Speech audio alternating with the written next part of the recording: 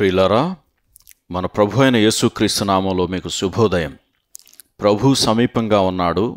అనుదిన ఆత్మీయ ఆహారం, ఫిబ్రవరి 8 గురువారం.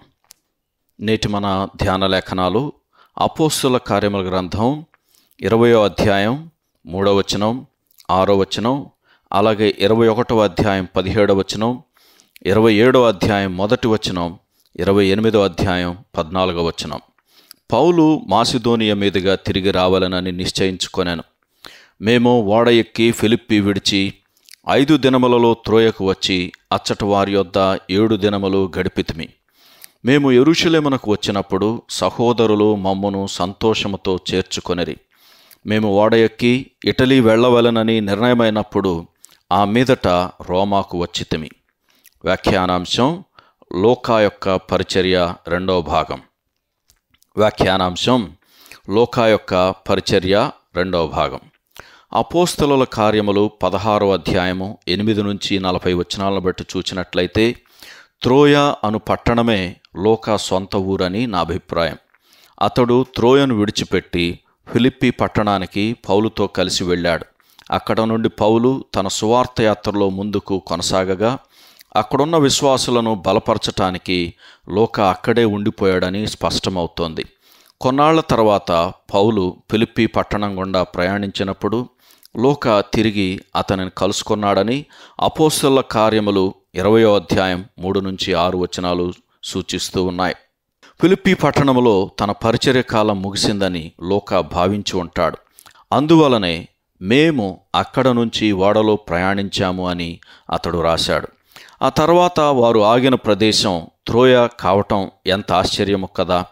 లూకా 5 సంవత్సరాల కంటే ఎక్కువే త్రోయ పట్టణానికి దూరంగా ఉన్నాడు. అతడు తన పాత స్నేహితులతో మరలా కలుసుకోగానే ఎంత ఆనందించి ఉంటాడో కదా. అయితే లూకా ఇప్పుడు ఒక మారిన వ్యక్తి అని మనం గమనించాలి. అతడు త్రోయ పట్టణానికి వచ్చింది అక్కడే ఉండిపోవటానికి కాదు. 1 వారం రోజుల తర్వాత పౌలు అక్కడి నుంచి బయలుదేరినప్పుడు లూకా కూడా అతనితో పాటు ప్రయాణించి చివరకు యెరూషలేము చేరుకున్నాడు. మరొక 2 సంవత్సరాల తర్వాత లూకా మళ్ళీ పౌలుతో కలిసి ప్రయాణించాడు. అయితే ఈసారి పౌలు ఒక ఖైదీగా ఇటలీకి ప్రయాణిస్తుండగా ఓడ బద్దలైపోయినప్పుడు లూకా పౌలుతోనే ఉన్నాడు. అంటే పౌలు రోమా పట్టణపు వీధుల్లో నడిచినప్పుడు కూడా లూకా పౌలుతోనే ఉన్నాడని అపోస్తలుల కార్యముల గ్రంథం 28వ అధ్యాయంలో మనం చూడొచ్చు.